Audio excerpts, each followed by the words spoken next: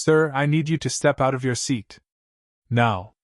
I didn't do anything, the boy whispered. Sir, this is your final warning. The cabin had gone quiet in that sharp, unnatural way, like the moment before a storm breaks. First class, usually filled with low laughter and the clink of glasses, felt suddenly smaller. Too bright. Too still. 12-year-old Marcus Reed sat frozen in seat 2A, his feet barely touching the carpet. His hands rested on his knees exactly where his mother had taught him to keep them. Still. Visible. Polite. The flight attendant, Evelyn Carter, stood over him with her jaw set, fingers tight around a tablet. Behind her, a uniformed air marshal hovered, one hand already near his radio. Why are you traveling alone? Evelyn asked, louder now. Marcus swallowed. My dad's meeting me in Seattle. That's not what I asked, she said. Why were you touching the screen? Marcus glanced at the seat-back monitor in front of him. It was dark now. Black. Dead. I just pressed the map, he said. Everyone does. A man across the aisle shifted uncomfortably. A woman near the window looked away. No one spoke. Evelyn leaned closer. We received a report. You interfered with aircraft systems. The words sounded heavy. Dangerous. Adult words. Marcus's chest tightened. I didn't, he said, barely audible. The air conditioner hummed overhead. A seatbelt sign chimed once. Somewhere behind the curtain, someone coughed. Stand up, the marshal said. Marcus didn't move. Not because he refused, because he didn't know if moving would make it worse. Then came the sound no one expected. A ring. Not loud. Not dramatic. Just a clean, confident ringtone cutting through the silence. Evelyn blinked. That needs to be silenced, she snapped, already turning. But the sound wasn't coming from Marcus. It came from her own pocket. Her face changed as she answered. This is Carter. She listened. Her posture stiffened. The color drained from her cheeks. Yes, she said. Yes, I understand. The marshal leaned in. What is it? Evelyn didn't answer him. She stared straight ahead, eyes unfocused, as if she were suddenly seeing the cabin for the first time. What's your location? The voice on the phone asked, loud enough for the marshal to hear. Evelyn swallowed. First class. Row 2. There was a pause. Then just 2 words. Stand down. At that exact moment, every screen in first class went dark. Seat-back monitors. Overhead displays. Even the soft blue lighting dimmed to black.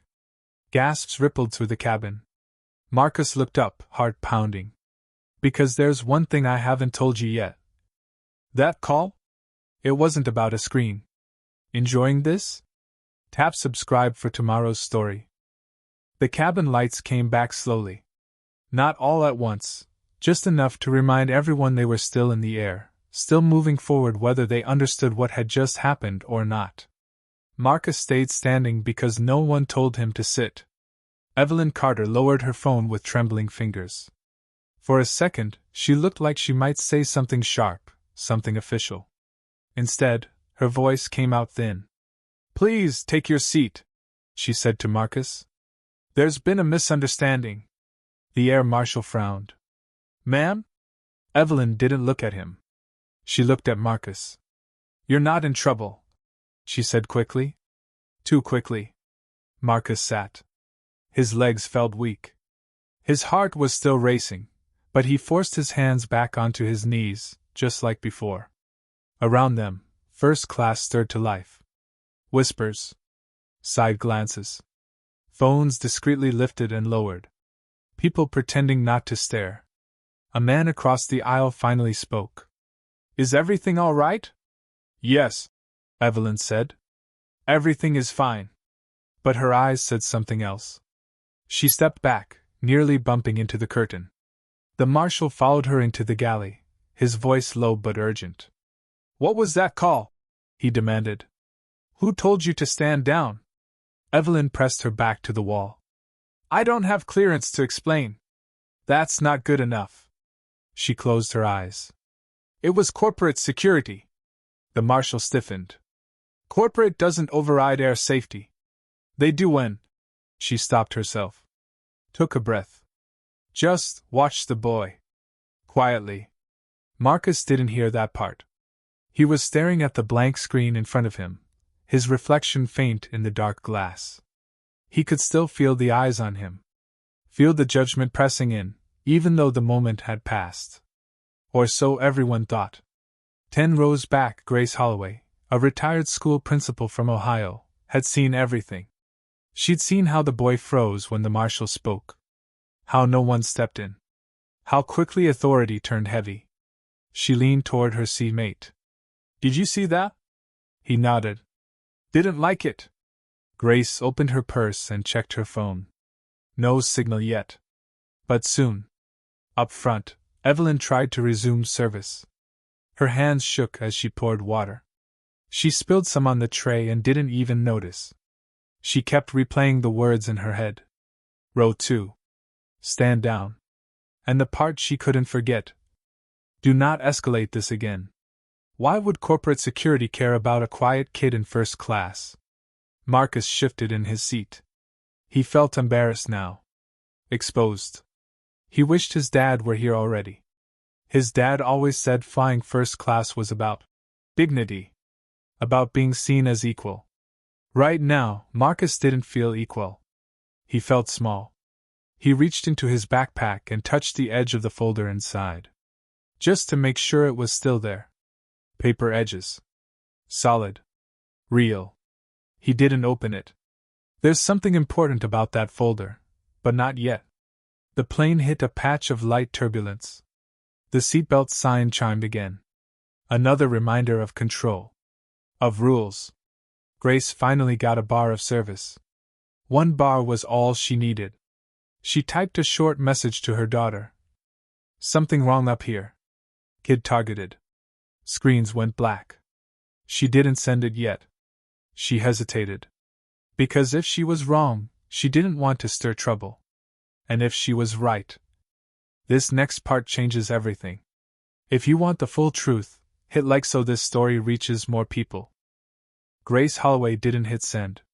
Not yet. She watched instead. That was her instinct after 40 years in public schools. Observe first, intervene second. Patterns mattered more than moments. Up front, Marcus sat unnaturally still. Too still for a 12-year-old. His eyes stayed forward.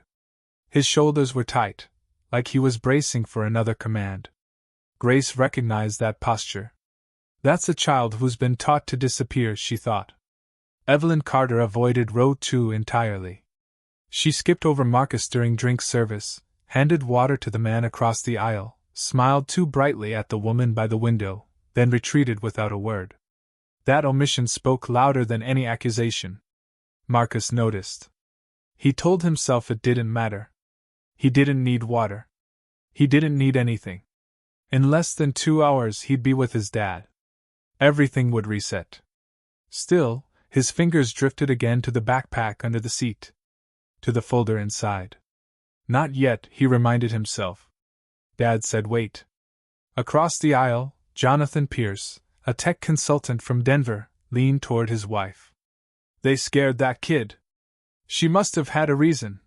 His wife murmured, though she didn't sound convinced. Jonathan frowned. Did you see the screens? She nodded. All at once. That detail stuck with Grace too. Not flickering. Not one by one. All at once. She'd overseen enough school assemblies to know the difference between coincidence and control. The plane leveled out. The cabin relaxed again, but the tension didn't leave. It just sank lower, like a bad smell no one wanted to name. Then came the announcement. Ladies and gentlemen, this is your captain speaking. We experienced a brief systems reset. Everything is operating normally. A systems reset? Grace's lips pressed into a thin line. She'd heard that phrase before. Always after something wasn't normal. Marcus closed his eyes for a second. The captain's calm voice helped, but only a little. He thought about his mom. About how she used to say, paper protects you.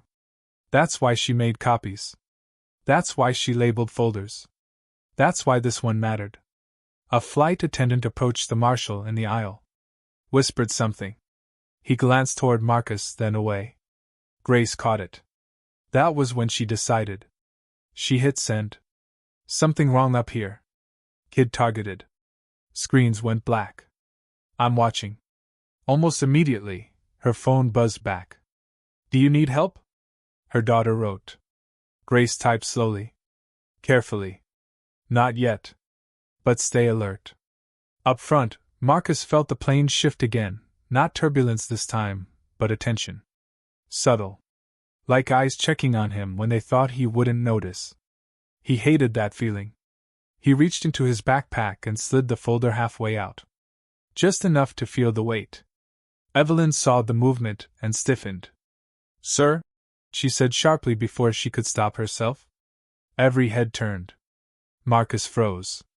His heart slammed against his ribs. He looked up at her, eyes wide. Yes, ma'am? Evelyn hesitated. She glanced toward the galley. Toward the marshal. Toward the darkened screen that still hadn't rebooted. What are you taking out? She asked. Marcus swallowed. My homework. A beat. Then another. Homework. The word landed oddly in first class, among tailored jackets and expensive watches. Evelyn forced a smile that didn't reach her eyes.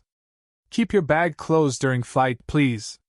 Yes, ma'am, Marcus said, quietly sliding the folder back in. Grace exhaled through her nose. Homework, she thought. That's not what scares them. She checked her phone again. New message. If this escalates, record names, her daughter wrote. Grace nodded to herself. Because there's one thing most people miss. The people who panic first are rarely the ones in danger. The tension didn't break. It repositioned. Marcus felt it in the way the aisle never quite cleared. In how the marshal stood just a little too close to row 2, pretending to adjust his jacket. In how Evelyn checked the overhead bins 3 times near Marcus's seat, though no one had touched them.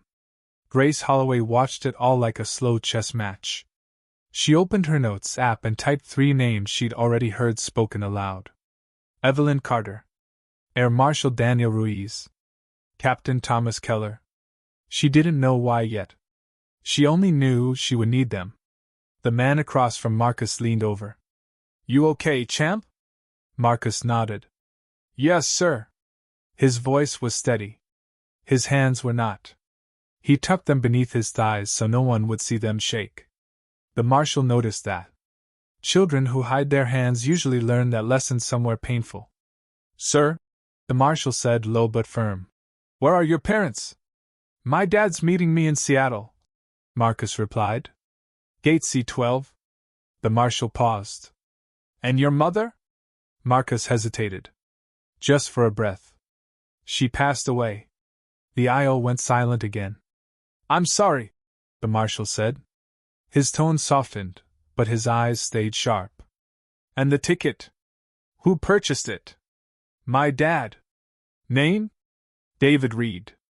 The marshal nodded once and stepped back. But he didn't leave. Grace felt her stomach tighten. This wasn't curiosity anymore. This was verification.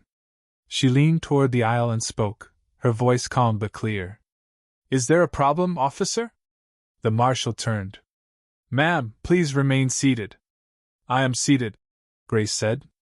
But I was a principal for 40 years. When adults surround a child like this, there's usually a reason. What's yours?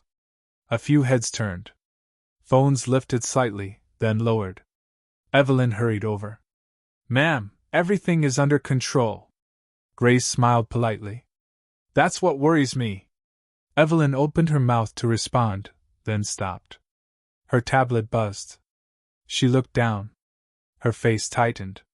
What is it? The marshal asked. Evelyn didn't answer right away. She glanced at Marcus. Then at Grace. Then back at the tablet. There's been a flag, she said carefully. Grace raised an eyebrow. On a child? It's procedural.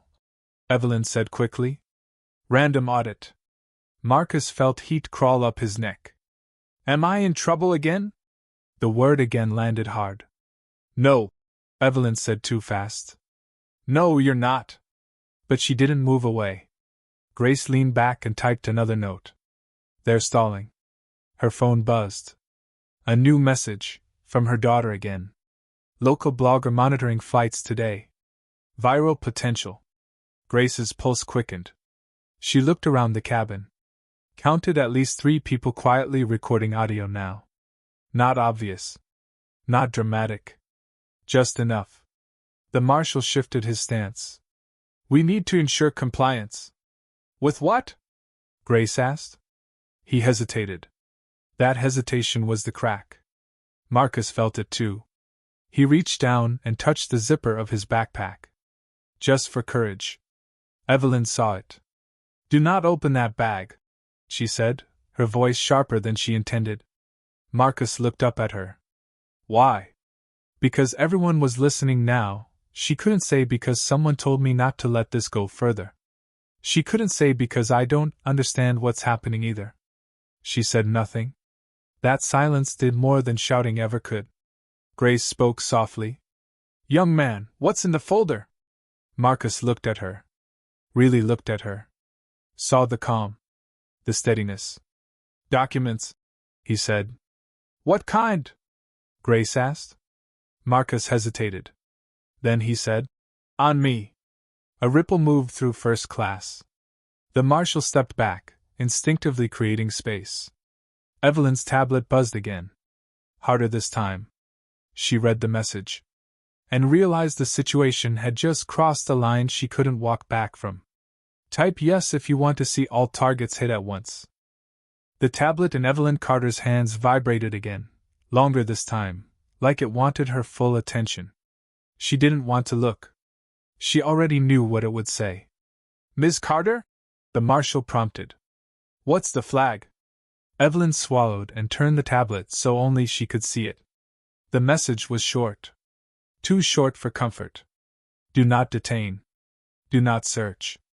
Await instructions. Her mouth went dry. That wasn't procedure. That was containment. Marcus watched her eyes move across the screen. He'd learned to read adults long before he learned long division. He could tell when someone was afraid but trying to hide it. Am I okay? He asked. Evelyn looked at him. Really looked. At his pressed shirt. His neatly tied shoes. The way he sat like he was taking a test. Yes, she said softly. Then louder for the cabin. He's okay. The marshal frowned. Then why the alerts? Evelyn shook her head. I don't know. That admission landed heavier than any accusation.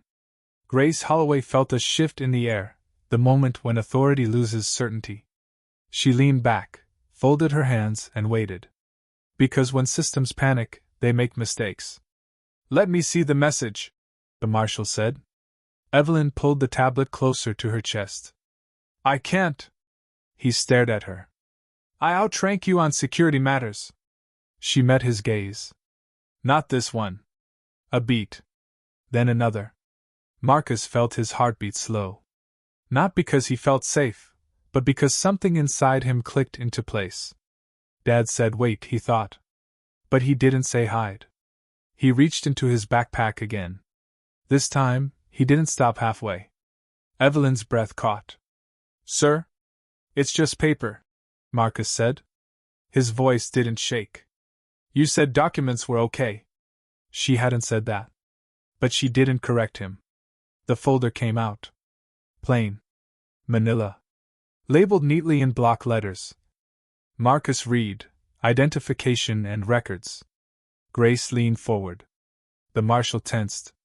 Marcus opened it slowly and placed it on the tray table. Inside were copies. Birth certificate. School records. Travel consent. Letters. Stamps. Not secrets. Proof. I carry it because people ask questions, Marcus said. My mom said paper answers better than arguing. Silence.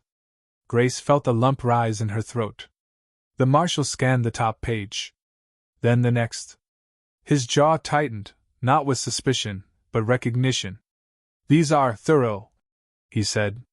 "My dad likes things thorough," Marcus replied. Evelyn's tablet buzzed again. She read it. Her shoulders sagged. "What now?" the marshal asked quietly. Evelyn exhaled. "Now we wait." "For what?" "For the call they promised." Grace's phone vibrated at the same moment. A new message from her daughter.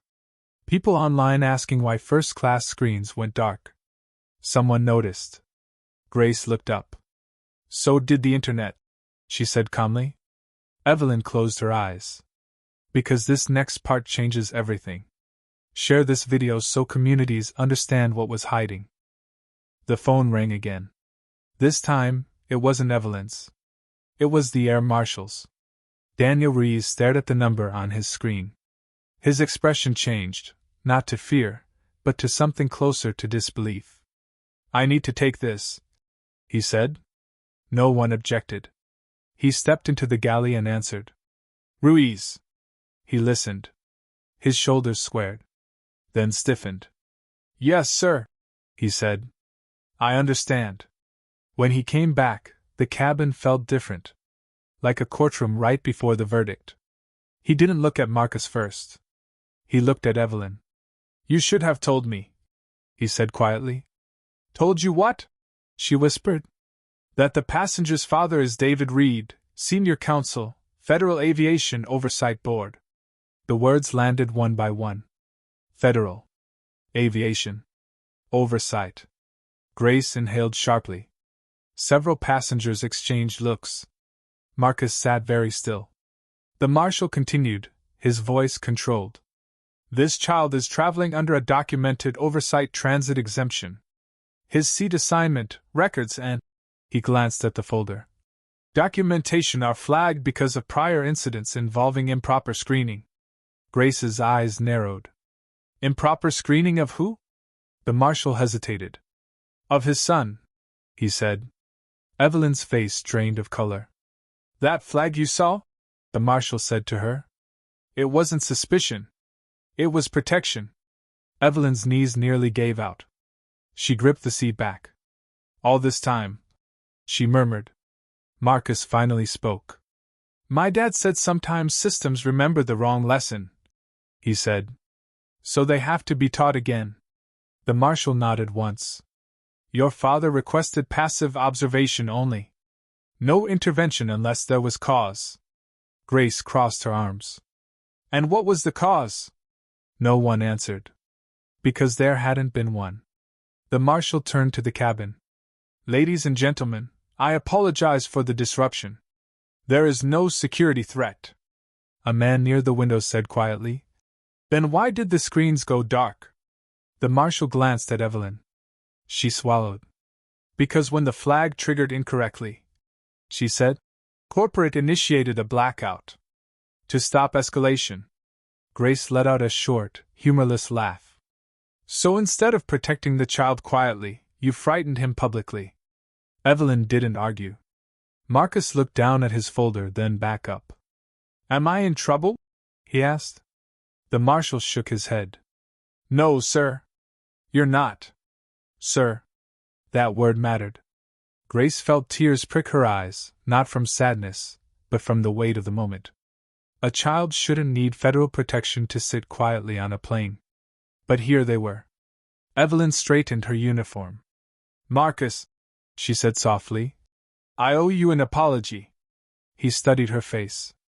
"Okay," he said. "Not forgiveness. Not anger. Just acknowledgement." The marshal stepped back fully now. The aisle cleared. But the damage was already done. Phones were out. Messages were sent. And somewhere far above the clouds, David Reed's phone buzzed. Because the system had been triggered. And it was about to answer. The call reached David Reed on the second ring. He was standing at Seattle, Tacoma International Airport, near Gate C-12, coffee cooling in his hand. He hadn't been watching the departure board. He'd been watching the clock. When his phone buzzed with the encrypted identifier, he didn't answer right away. He closed his eyes first. Then he picked up. Read. Yes, sir, the voice said. We have a situation. David listened. His jaw tightened, but his voice stayed level. Was my son detained? No, sir. Was he questioned without cause? A pause. There was an interaction. David exhaled slowly. Put corporate on. That line is already open. David shifted his stance. Around him, travelers hurried past with rolling bags and half-heard announcements. None of them knew what was happening 30,000 feet above them. Begin record, David said. The voice complied. Back in the air, Evelyn felt the change before anyone said a word. Her tablet chimed, not a message this time, but a status shift. Oversight live. Do not interrupt. Her throat tightened. The marshal's radio crackled. Unit Ruiz, stand by for directive. He straightened. Ruiz standing by. Marcus watched all of this quietly. He didn't smile. He didn't fidget. He just waited. Grace Holloway leaned back in her seat, heart pounding. So this is the part they never expect, she thought. Documentation with teeth. The marshal listened, then nodded once. Understood. He turned to Evelyn. You're relieved from passenger interaction for the remainder of the flight. Her eyes widened. What? Protocol, he said. You may continue service in the aft cabin. The words were formal. But the meaning was clear. Evelyn swallowed. She looked at Marcus one last time. I'm sorry, she said again. This time, it wasn't quiet. Marcus nodded. Okay. She stepped away. The marshal faced the cabin. For transparency, he said, this interaction will be logged as an improper escalation. Oversight will review procedures. Grace raised her hand slightly. Will the child's record reflect this? The marshal met her gaze. No, ma'am. His record remains clean. Marcus let out a breath he hadn't realized he was holding. Then his phone buzzed. He checked the screen. Dad, I'm here. You did nothing wrong. Marcus typed back with careful fingers. Okay. That was all. The plane began its descent soon after. Outside the window, the clouds broke into soft gray layers. Inside, something else had broken too. A false certainty. Because here's what most people miss. The real twist wasn't who Marcus's father was. It was what his father had already changed. 3 weeks later, Marcus sat at the kitchen table in his dad's townhouse, sunlight spilling across the wood like a quiet promise. The folder lay closed beside his math book. It hadn't moved much since the flight. David Reed stood at the counter, reading an email on his tablet. He didn't speak right away. When he finally looked up, his expression was thoughtful, not angry. Not proud either. Marcus, he said, do you remember what I told you about systems? Marcus kept his pencil moving. That they're made of people. And people can learn, David added. Marcus nodded. Sometimes. David smiled faintly. Sometimes. He sat across from his son. The review is done. Marcus looked up. Am I in trouble? David shook his head immediately. No. You never were. What about her? Marcus asked. The lady. David considered his words. She was retrained. And reassigned for a while. Marcus thought about Evelyn's face. The fear. The apology. Is that bad? He asked. It's corrective, David said. That matters. Marcus nodded, satisfied. At school, Marcus's teacher noticed a change. He raised his hand more. He spoke when called on. Not louder, but steadier. Confidence didn't rush in. It settled. One afternoon, a letter arrived addressed to Marcus himself. Not legal. Not official. Just paper. It was from Grace Holloway. Dear Marcus, I wanted you to know that I told my former students about you, not your name, just your courage. I told them that dignity doesn't shout. It documents. Thank you for reminding me why I taught. Marcus read it twice. Then he slid it into the folder. That evening, David watched his son pack his backpack for a short flight they'd be taking together next month. Do you still want first class? David asked. Marcus paused. Then nodded. Yes. Why? Marcus zipped the bag. Because it's not about the seat. David smiled. That's right. The folder went in last. Not as armor. As memory. Because resolution isn't about winning.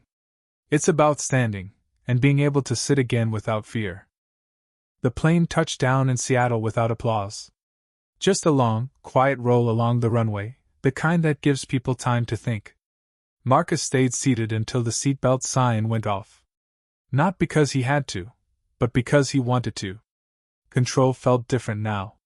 He chose when to move.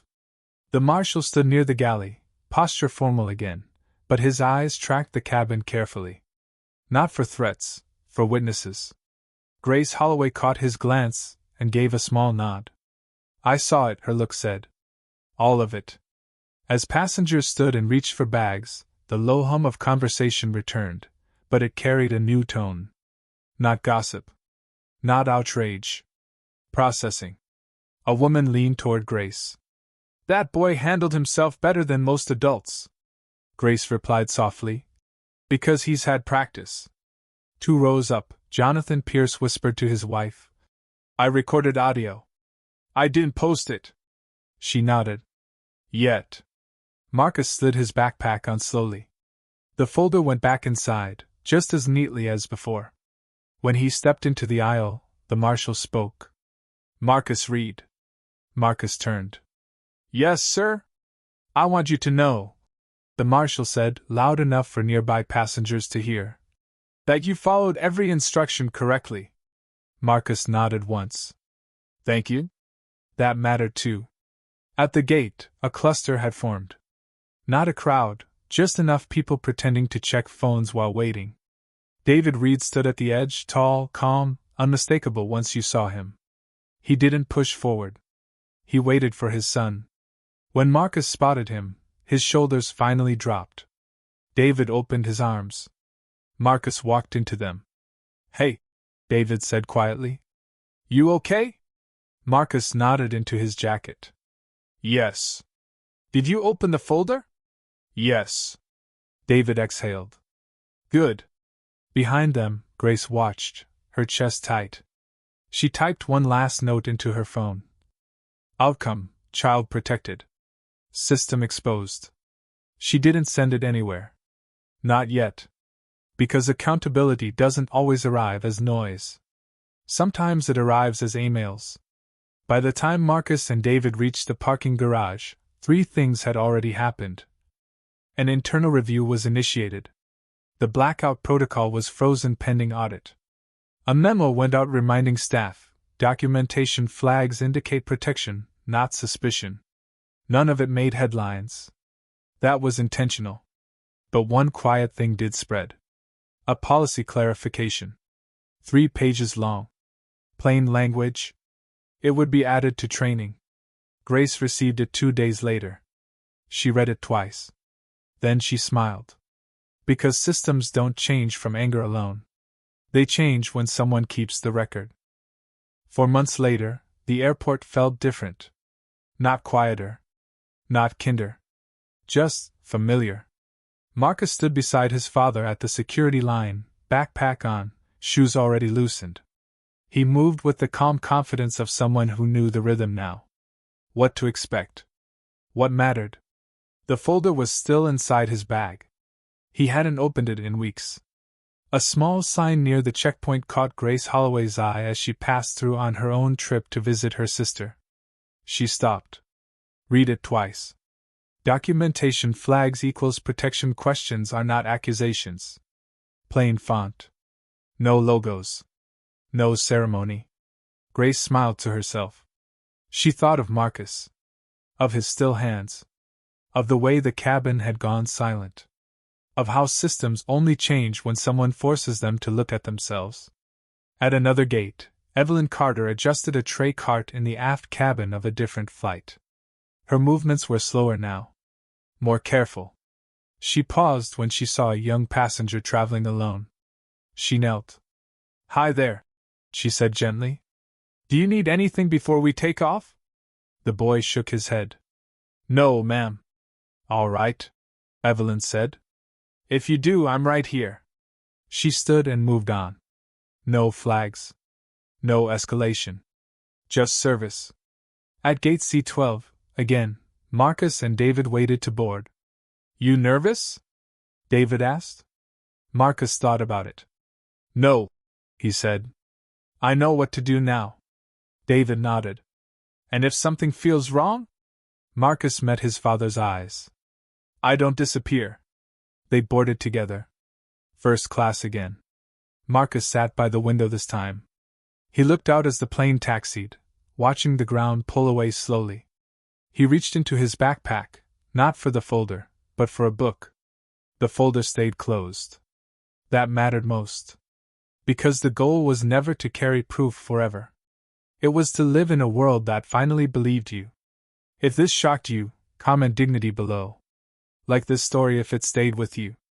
Comment, what moment changed everything for you? And subscribe, because stories like this deserve to be remembered. Yendi, thanks for watching.